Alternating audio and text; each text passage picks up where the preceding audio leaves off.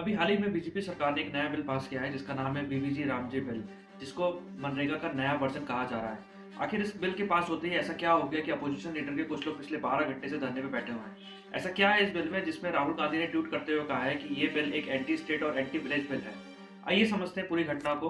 तो बात यह है कि इस नए बिल को कहा जा रहा है कि एक नया वर्जन है मनरेगा बिल का। मनरेगा बिल जो 2005 में लाया गया था, जिसका काम था कि वो गांव के लोगों को गारंटी रोजगार देगा 100 दिन तक हर साल। इस नए बिल में कुछ बदलाव किए गए हैं। इन बदलाव को हम चार बातों में समझेंगे। पहले मनरेगा में हर साल गांव के लोगों को कानूनी 100 दिन का रोजगार मिलता था, अब उसे बढ़ाकर 125 दिन कर दिया गया है इस नए बिल में।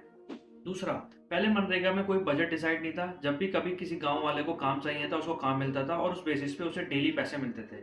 लेकिन इस नए बिल में इसको एनुअल बजट डिसाइड किया गया है कि जितना बजट होगा उसके अकॉर्डिंग काम मिलेगा, अगर बजट नहीं होगा तो काम नहीं मिलेगा।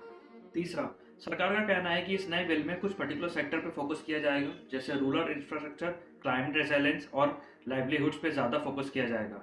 फोर्थ और आखिरी सबसे इम्पोर्टेंट, पहले मनरेगा में डेली बेसिस पे पैसे मिलते थे। अगर पैसे मिलने में देरी होती थी तो उस पर कंपनसेशन भी मिलता था। लेकिन इस नए बिल में अब पेमेंट आपको वीकली या 15 दिन पर मिलेगी। कंपनसेशन का इसमें कोई भी नाम नहीं लिया गया है।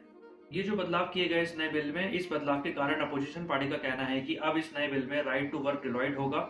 दूसरा, मनरेगा का लीगल गारंटी खत्म होगा। तीसरा, बजट लिमिट से गरीब मजदूरों को अफेक्ट होगा। और चौथा सबसे इंपॉर्टेंट, कि गांधी जी का नाम हटाया गया है इस बिल।